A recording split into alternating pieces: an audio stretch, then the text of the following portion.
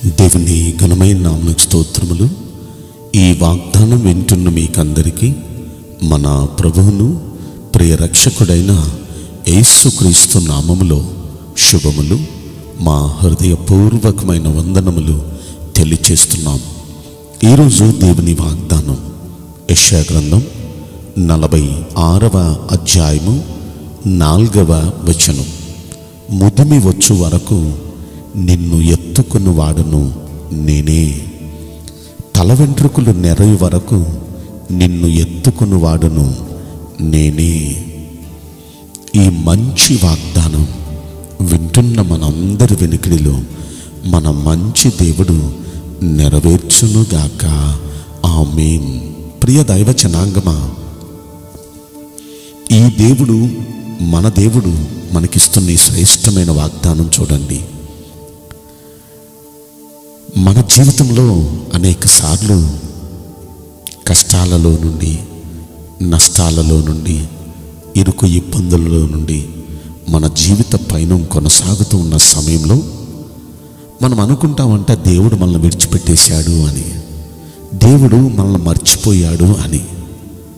యెషయా గ్రంథంలో 49వ అధ్యాయంలో 14వ వచనంలో ఈ మాట మనం చూస్తాం. దేవుడు విడిచిపెట్టేశాడు కాబట్టి కష్టాలు మనకి, ఆయన మర్చిపోయాడు కాబట్టి మనకి బాధలు అని మీరు అనుకోవచ్చు. కానీ దేవుడు ఏమంటున్నాడు చెప్పనా? స్త్రీ తన గర్భమున పుట్టిన బిడ్డను కరుణింపకుండా తన చంటి పిల్లను మరుచునా? వారైనా మరుచుదురు కానీ నేను నిన్ను మరువను అంటున్నాడు. కడుపున పుట్టిన బిడ్డ, చంటి బిడ్డను కన్న తల్లి మరవగలదా? ఒకవేళ ఆ కన్న తల్లైనా ఆ చంటి బిడ్డను మర్చిపోగలదేమో, కానీ నేను మాత్రం నిన్నెప్పుడూ మర్చిపోను. చూడు, నా అరచేతుల మీదనే నిన్ను చెక్కి ఉన్నాను, నీ ప్రాకారములు నిత్యము నా ఎదుట ఉన్నవి అంటున్నారు. చూడు, నా అరచేతుల మీదే నిన్ను ఇప్పుడు చెక్కుకున్నాను నేను. ఆయన అరచేతుల్లో మనం ఉన్నాం. ఆయన తన అరచేతుల్లో మనల్ని చెక్కుకున్నారు. మన ప్రాకారాలు, మన సరౌండింగ్స్, మనం ఎక్కడికి వెళ్ళినా ఆయన ఎదుటే ఉన్నాం. మనం నిత్యము ఆయన ఎదుటే ఉన్నాం. ఆయన మనతో అంటున్న మాట, ఎప్పటి వరకు ఆయన మనల్ని ఎత్తుకుంటారంటే ముదిమి వచ్చే వరకు, తల వెంట్రుకలు నెరయ్యే వరకు ఆయన మనల్ని ఎత్తుకుంటానంటున్నారు. ఎత్తుకోవటం అంటే దాని అర్థం మన బాధ్యతలు, మన బరువులు. ఇప్పుడు చంటి పిల్లల్ని మనం ఎత్తుకున్నాం. పిల్లల్ని ఎత్తుకున్నామంటే వారికి కావాల్సిన పాలు కానివ్వండి, వారికి కావాల్సిన ఆహారం కానివ్వండి, వారి మంచి చెడ్డలు కానివ్వండి, అన్నీ మనమే చూసుకుంటాం. అంత మాత్రమే కాదు, ఎత్తుకున్నాము అంటే వారికి ఆపద రాకుండా, ఏ జంతువు వల్ల, ఏ మనిషి వల్ల వారికి అపాయం రాకుండా ఎప్పటికప్పుడు వారిని కౌగిట్లో భద్రపరుస్తూ ఉంటాం.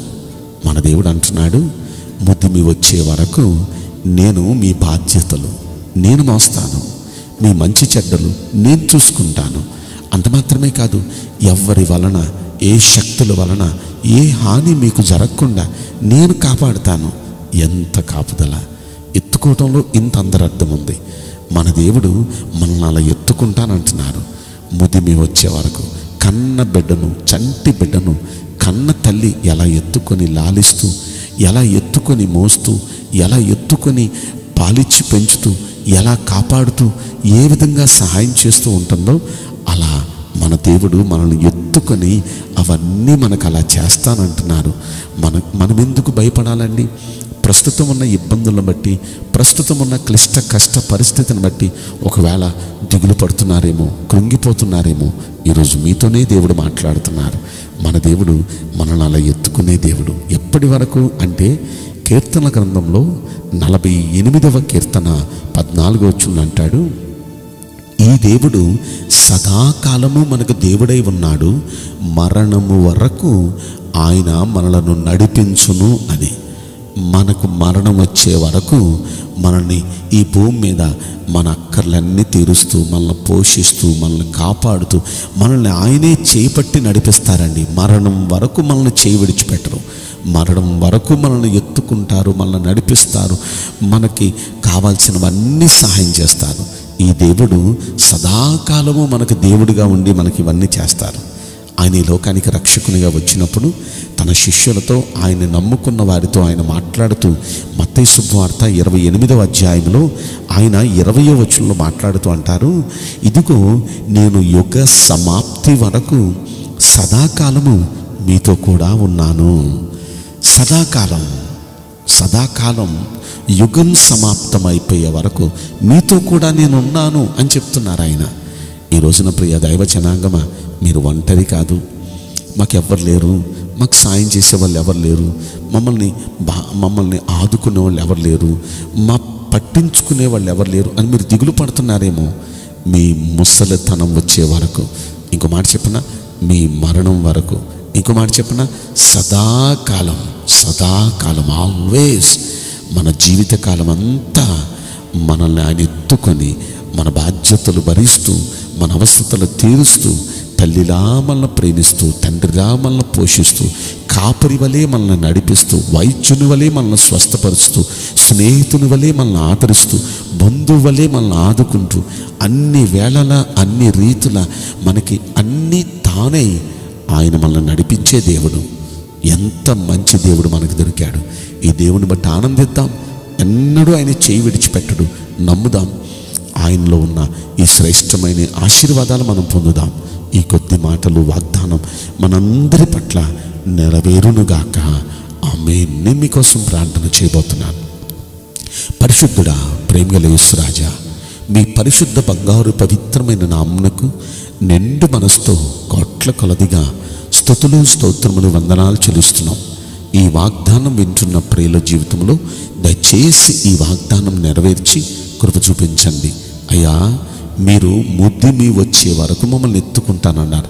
తల వెంట్రుకలు నెరసే వరకు మమ్మల్ని ఎత్తుకొని మోస్తానన్నారు అయ్యా. మీరు మరణం వరకు సదాకాలం మాతో కూడా ఉండి మమ్మల్ని మా బాధ్యతలన్నీ తీసుకుంటానన్నారు అయ్యా. నిశ్చయంగా ఈ వాగ్దానం వింటున్న ప్రతి ఒక్క బిడ్డ పట్ల ఆ విధమైన కార్యాన్ని దయచేసి మీరు జరిగిస్తున్నారు. ఇంకను జరిగించి కృప చూపించండి, బలపరచమని మీ బిడ్డలని ఈ మాటల ద్వారా ధైర్యపరిచినందులకు మీకు స్తోత్రములు కృతజ్ఞతలు చెల్లిస్తూ ఈ కొద్ది మనవులు నజరుడైన యేసుక్రీస్తు ప్రశస్తమైన నామములో మిక్కిలి వినయంతో ప్రార్థించి బ్రతిమలాడి వేడుకుంటున్నాం ప్రియ పరలోకపు తండ్రి. Amen. May God bless you all. Thank you.